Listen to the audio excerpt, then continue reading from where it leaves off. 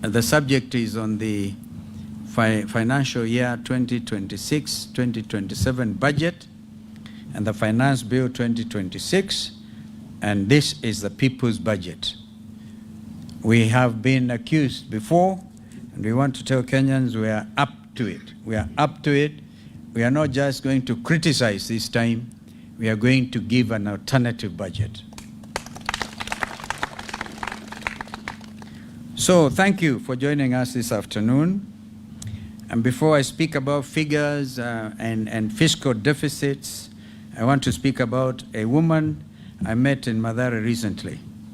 She sells second-hand clothes and pays her SHA deductions every month. She also sends her children to a public school that the Constitution says is free. Last week, the school sent a letter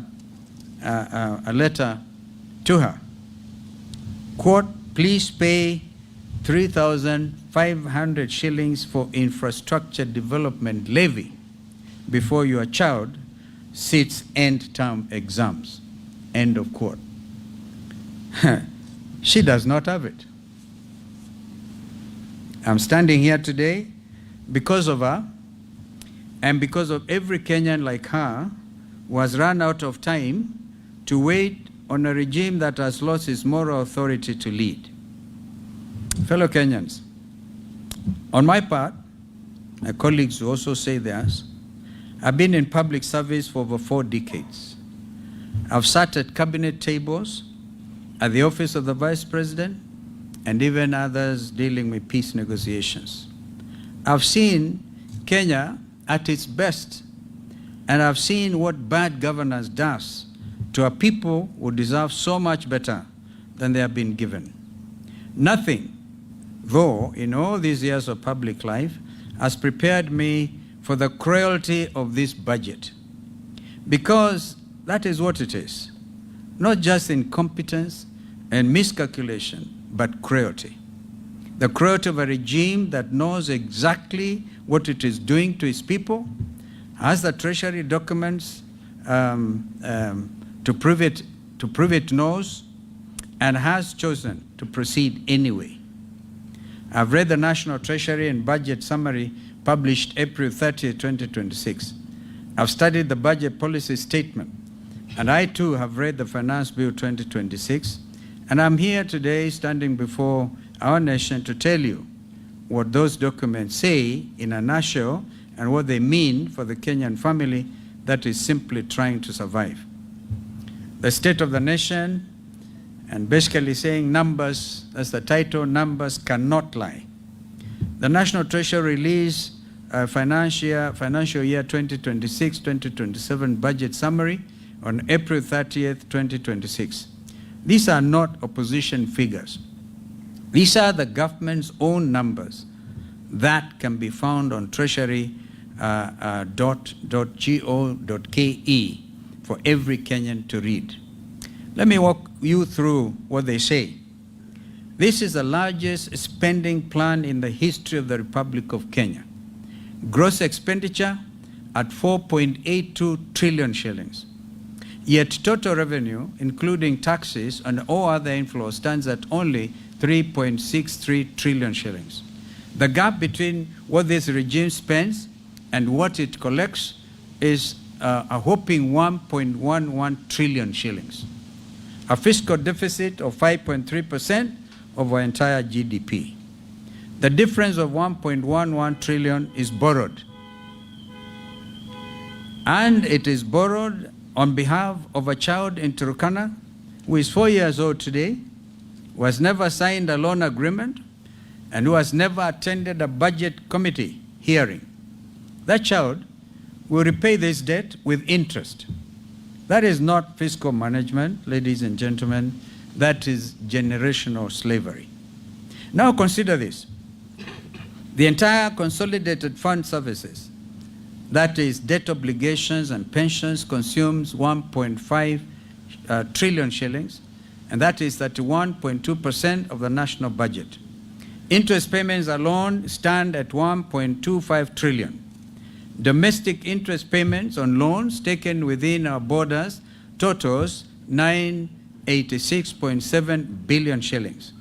To put that in a language every Kenyan understands, interest on domestic debt alone costs more than the entire education budget of 668.3 billion shillings. Think about this. We are spending more on paying bankers than on teaching children. 31 cents of every shilling, 31 cents of every shilling, Kenyan shilling raised goes to debt service before a single classroom is built, before a nurse is hired, and before a single road is repaired. Meanwhile, the Federation of Kenya Employers tells us that 67% of young Kenyans between ages of 15 and 34 years of age are unemployed. Imagine, 67%. In a country where youth are not the future, they are the present and they are the majority. And this Ruto budget has told the majority to wait. On free education, the most expensive lie in Kenyan politics. Article 53 of our Constitution states that every child has the right to free and compulsory basic education, not subsidized education or partly funded education, but free education. Yet here is what the budget estimates actually show. Free day secondary education capitation, 54.6 billion shillings, yet the full funding requirement is 83 billion shillings. This is a shortfall of 28.4 billion shillings.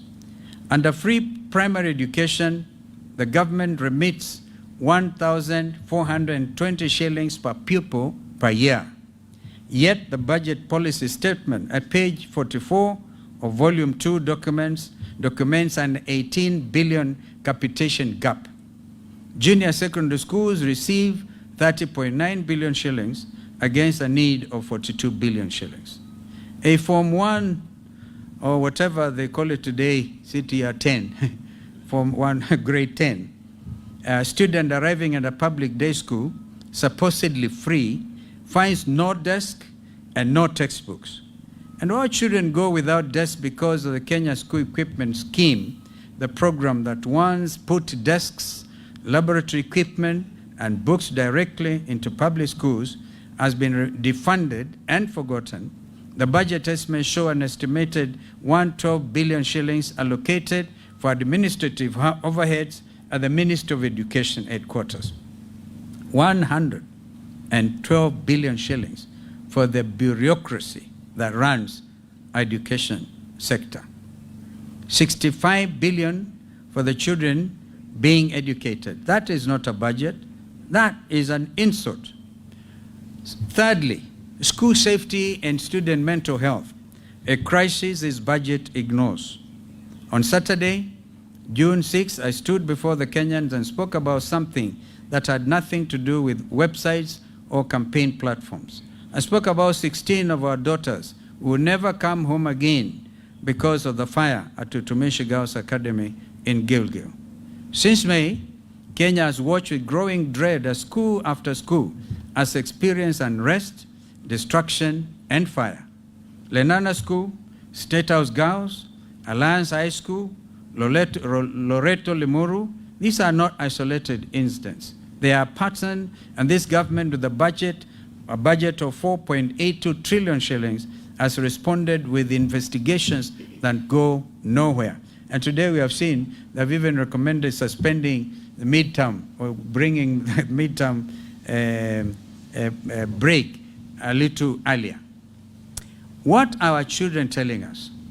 They are telling us that dormitory buildings are fire traps that were never built to code and have never been inspected to standard. They are telling us that the food is inadequate and sometimes unsafe. They are telling us that when they raise concerns about conditions, about pressure, about feeling overwhelmed, no one listens. They are telling us that the mental health burden on a Kenyan teenager today is heavier than any generation before them has carried, and that the system built around them has no mechanism to hear them, let alone help them. This is not a new crisis. It is a neglected one. A government that allows it to fester while protecting a 112 billion shillings Minister of Education administrative overhead has made a choice. It has chosen the bureaucracy of our children for the last 4 years. Now look at what this budget allocates to address it. School mental health programming, effectively zero. There's no dedicated national school mental health line in the budget estimates. The Edu Afya, Kumboka, our brother Matiangi, will speak to that. Our Edu Afya school health screening program, which was often the only medical review a public school child ever received, was abolished by this Ruto regime. The Kenya School Equipment Scheme, which would put safe and adequate furniture into schools, remains defunded, as we said before. Boarding school safety infrastructure is not a named priority anywhere in these estimates. Yet, we are spending 9.2 billion Kenya shillings on Energy, Petroleum and Regulatory Authority, EPRA, the fuel levy regulator, and zero on the mental health of 2 million boarding school kids. That is not a budget. That is an abdication. Your united government in waiting makes 4 commitments, and they come with budget lines attached. First, a mandatory national safety and audit of every boarding school dormitory in Kenya with enforceable deadlines and criminal liability for non-compliance. We fund this from the 20% cut to Minister of Education administrative overhead, that is 22.4 billion shillings, redirected from the bureaucracy to the children it is supposed to serve. Second, a fully funded national school mental health program that will be a dedicated budget line, not a footnote in a health ministry circular. We reinstate Edu Afya funded at 5 billion shillings, restored from the savings on the cancelled Social Health Authority, SHA technology contract. I will be talking about that. I think our brother Rigathi will address that one, the 104 billion shillings. Amazing, strange contract. Third, a comprehensive review of boarding school standards, accommodation, nutrition, safety, and student grievance mechanisms that guarantee every child is heard and treated with dignity. I must say, when I was Minister for Education, people remember the late Griffin, the director of Starehe Boys Center. Griffin had an amazing philosophy.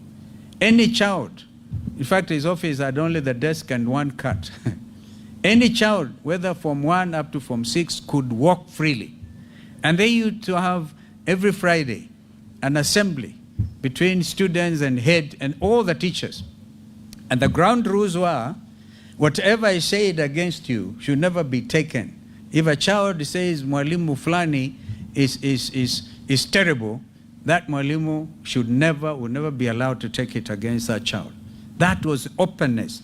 And because of it, Starehe Boys Center, in the middle of the city, you could even pick a cigarette stump. You couldn't pick it anywhere, and they were able to freely walk. Some of them, I see nodding, like Senator Manzo, who is an old student of Starehe Boys. Fourth, genuine accountability. There must be criminal liability for every official, administrator, contractor, or building inspector who knowingly signed off an unsafe infrastructure. At number 4, health and SHA, mandatory taxation disguised as healthcare reform. Let me take you to Mama Lucy Kibaki Hospital on a Tuesday morning. A 34-year-old woman who pays her SHA deductions every month faithfully, without fail, presents her card at the gate, but the system is down and she's turned away. Does that sound familiar? There's an outage for the last 4 days. This is not hypothetical.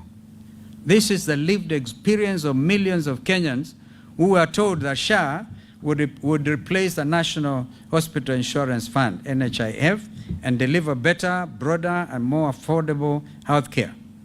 The budget policy statement, the government's own document on page 29, records an 11 billion shilling gap in the SHA transition. They know it is broken, and they documented that it is broken. They also have published the evidence of the brokenness. And then they brought this budget before the nation and asked Kenyans to accept it. Total health allocation at 170.7 billion shillings, a system serving 54 million people. Only 19.1 billion shillings for county-level primary care are spread across the 47 counties, covering thousands of levels 2 and level 3 facilities. That is 406 million shillings per county for every dispensary, for every health center, for every county hospital. That is the first and only point of contact for millions of Kenyans who cannot afford to go elsewhere. SHA, in its current form, is not a health policy. It is a compulsory tax with a hospital logo. And this government has added insult to injury by simultaneously signing a 104 billion shillings technology contract. I repeat, 104 billion shillings for a digital platform around a health system that cannot serve the patient at the gate. Linda Mama, the free maternity program that gave thousands of Kenyan mothers a safe, dignified birth at a public hospital, has been abolished. Edu Afya, abolished.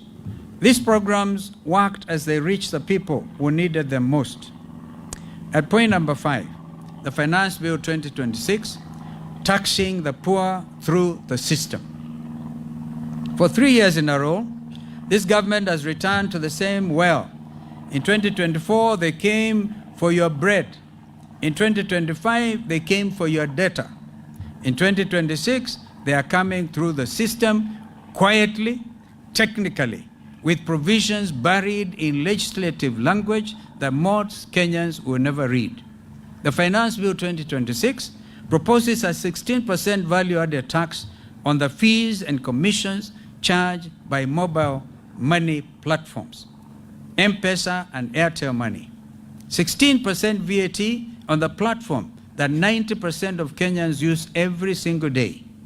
The Central Bank of Kenya has documented mobile money fees as high as 7% of transfer value, and the same CBK launched a public campaign to cap those fees. The Ruto Finance Bill drives them back up. The grandmother in Wajir, waiting to receive 1,000 shillings from her grandson working in Mombasa, will pay more for that transfer. The Mama Mboga in Gikomba, paying a supplier through M-Pesa, and remember, even the mitumba is taxed. The Mama Mboga in Gikomba, paying a supplier through M-Pesa, will pay more. The boda rider sending money home to his mother in Nyamira will pay more. This Ruto regime has found a way to tax the poor, even when they are not buying anything, and they are taxing the movement of money itself. And the bill proposes a 25% excise duty on mobile phones at network activation. 25%. 25% on a phone that is no longer a luxury. A phone is an office. A phone is also a bank. It's actually a classroom. The only infrastructure that millions of Kenyans actually possess. Kenya's diaspora sent home a record $5 billion last year through mobile platforms. Economic analysts are clear. They tell us these taxes will reduce remittance volumes. Rural families depend on those transfers, will bear the greatest burden. Beyond the visible taxes, the Finance Bill represents something more troubling: the quiet construction of a tax surveillance state, expanded KRA access to third-party data, bank records, mobile money transactions, business accounts without adequate taxpayer safeguards, shorter filing deadlines that will crush small businesses, system-generated tax assessments that can arrive without explanation or notice. Automated penalties for failures caused by KRA's own technology. We are building a government that can see everything you earn and everything you spend, with the power to act on that information faster than you can appeal.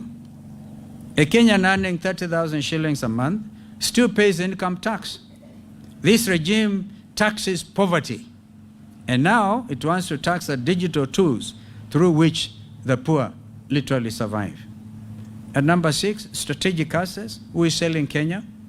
When this government faces a fiscal crisis, and it faces one right now, it looks at what Kenya owns and asks, what can we sell?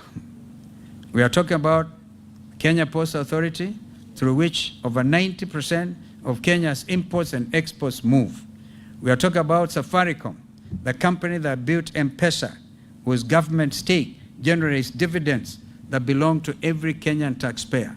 In fact, because I'm in court over this matter, I cannot speak much, the Treasury is getting a dividend of 16 billion half term.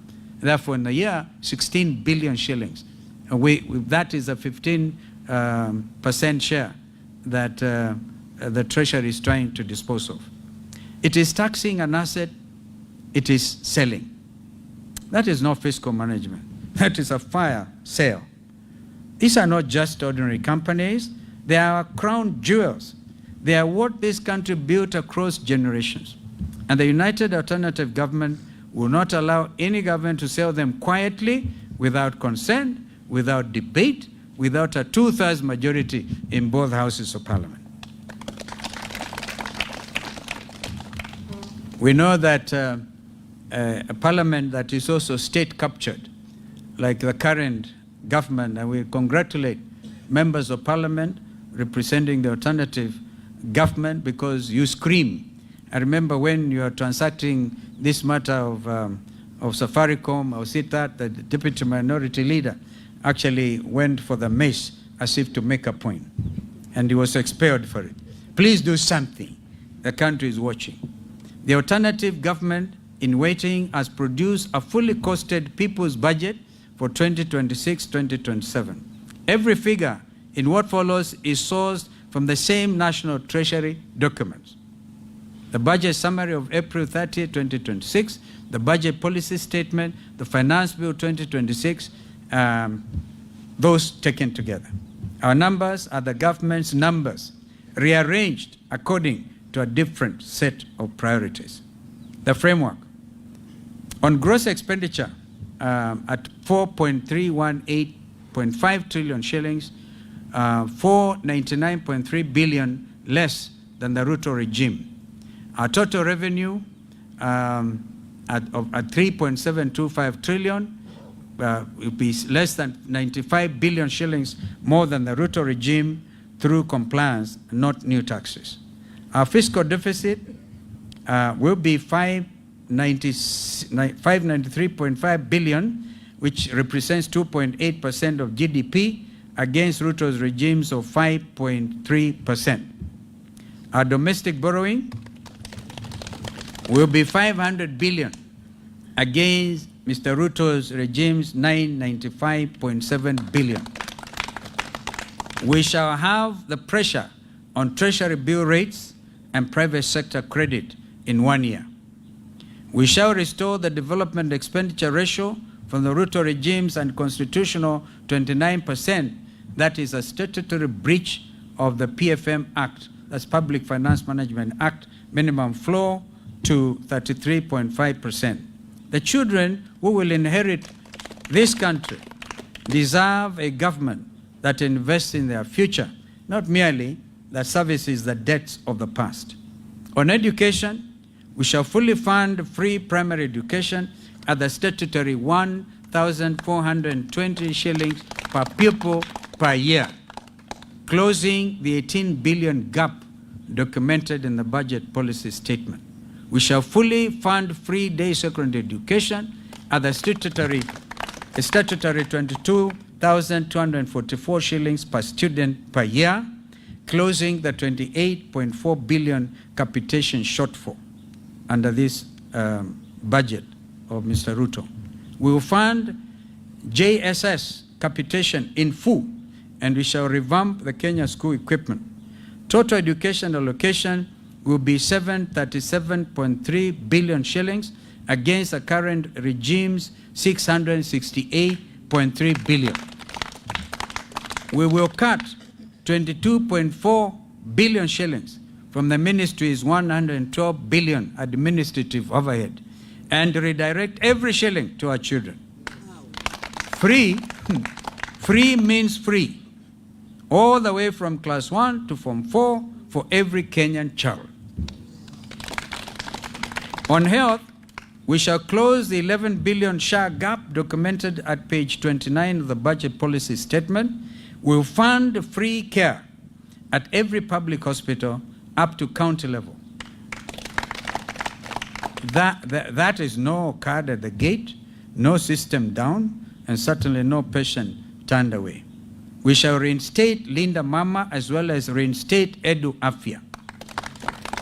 And make no mistake, we shall cancel the 104 billion SHA technology contract and redirect every shilling to frontline care, stocking dispensaries, paying nurses, buying medicines. We'll also increase KEMSA from KEMSA's allocation from 18.8 billion shillings to 30 billion, so that no Kenyan patient is told to go buy their own drugs, as that is the practice.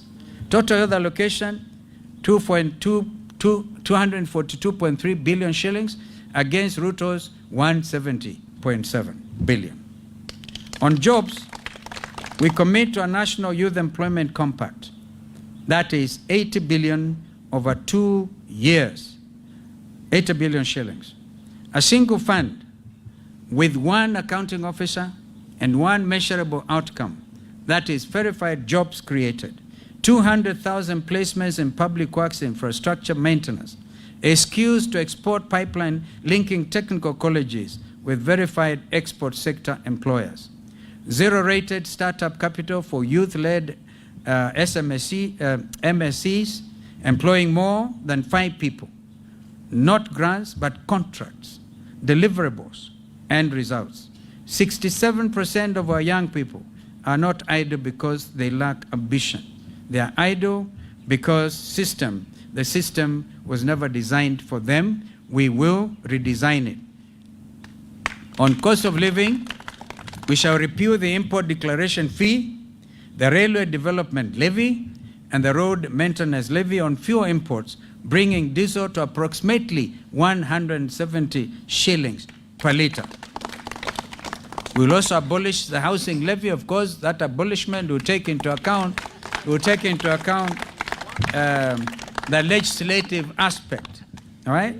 We are not just abolishing without asking you guys to do the needful. And because a lot of you are state captured, the next administration will certainly ensure there's no housing levy.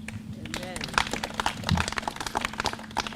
Our executive order number 1, giving millions of Kenyan workers an immediate increase in take-home pay. That's what my brother Rigathi refers to, rescuing the payslip. We shall zero-rate solar panels, batteries, and inverters. We'll introduce a 30 shilling per litre targeted fuel subsidy for certified agricultural use.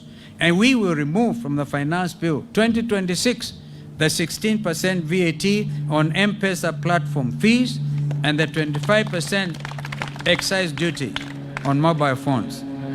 On fiscal discipline, starting at the top, we will cut state house operations from 12.6 billion shillings to 6.3 billion shillings.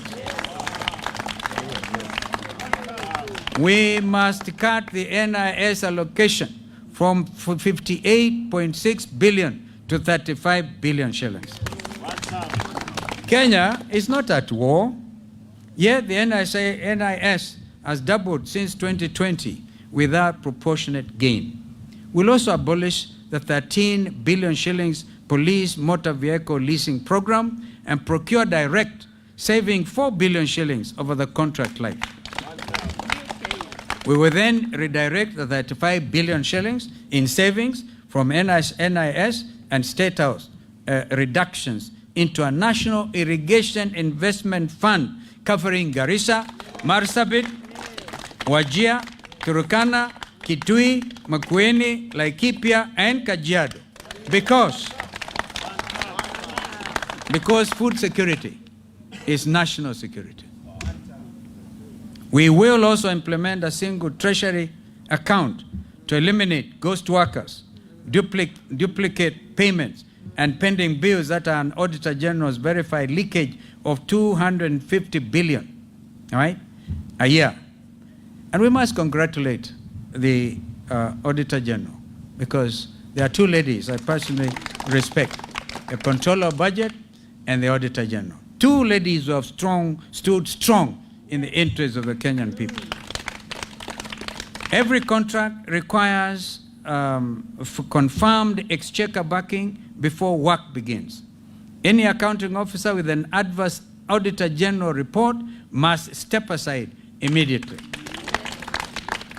Now you may ask, where does the money come from? I'll tell you. 200 billion shillings from the structured sale of stored affordable housing projects at market value. 250 billion from single treasury account efficiency savings. 90 billion shillings from a simplified flat 7.5% rental income tax on large landlords currently evading through complexity. 104 billion shillings from cancelling the wasteful SHA technology contract. 125 billion shillings from halting non-priority vanity capital projects. 30 billion from right-sizing NIS and State House. That is not a promise. That is a united alternative government's balance sheet. A message to the Kenyan people. To the primary school head teacher writing a letter home in July because capitation has not arrived, we see you. Under administration, that letter will never need to be written. To the mother turned away at the hospital gate because the SHA system was down, we see you too. And under our administration, that gate will never be closed to you. To the Form 1 student or CTR 10 student who arrived at their school, arrived at their free day secondary school and found no desk, we hear you. And our government, the desk will be there before you are there. To the border rider who finished the day in debt because fuel costs more than his earnings, we also hear you. And our government, fuel will cost less, not more.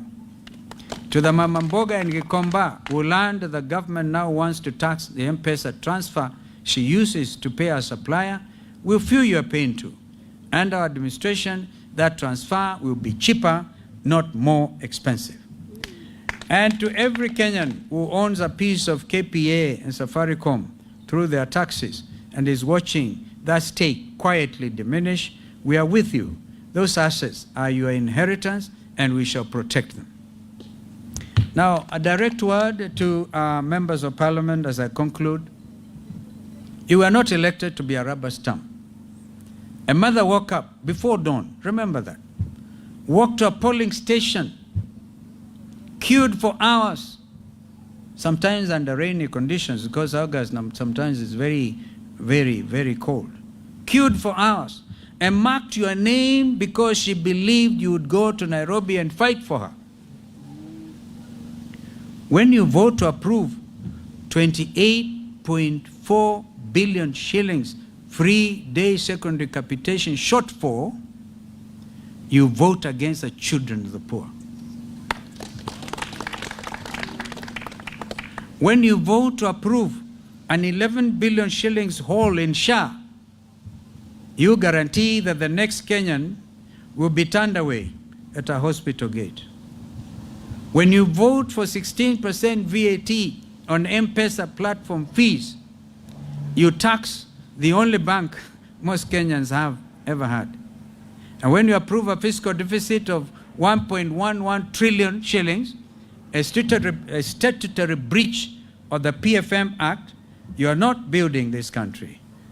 You, honorable members, are mortgaging it. And I know none of you sitting before us today.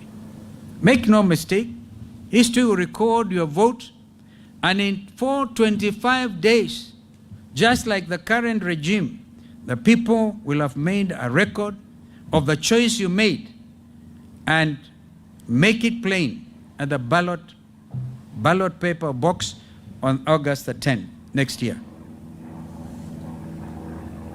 Conclusion. As we comboa our country, we have had victims of police brutality in our midst before we all got together here. We all remember Rex Masai was the first one to fall when we were shot at the leg.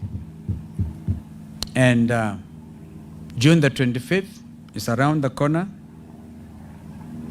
I have confirmed from Honorable Makali Mulu, and I share that with Bernard Kavuli and his colleagues, including their advocates, that some 2 billion shillings is already in the budget, but under office of the president. Would have preferred if that money went directly to the Kenya Human Rights Commission. And then, even then, it's not even sufficient.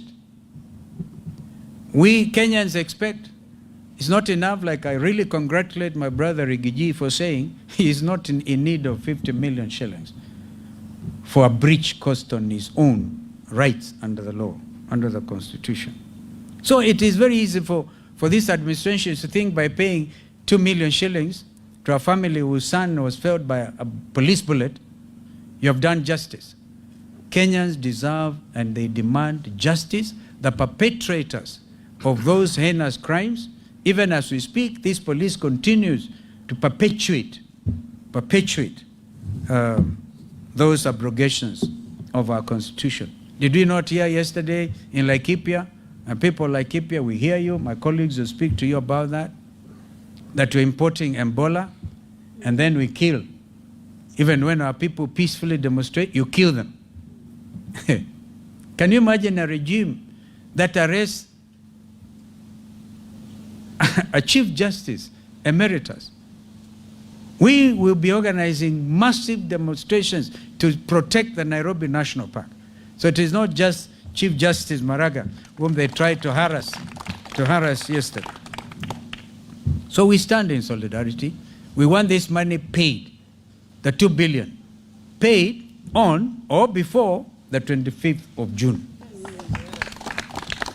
There should be no prevarication about this. After Lord William Ruto himself announced he has a list of those supposed to be beneficiaries. And so we want Kenyans to remain alert and fully cognizant of the fact we are at a crossroads. And I thank you. Tomorrow, what you have read, this is an abridged version. The whole text will appear in the local print media tomorrow. So Kenyans can see united alternative government in action. And of course, there's a lot we can do. There's a lot because we are just dealing with their own figures. We will deal with our own in the next 1.5 years to come. I thank you.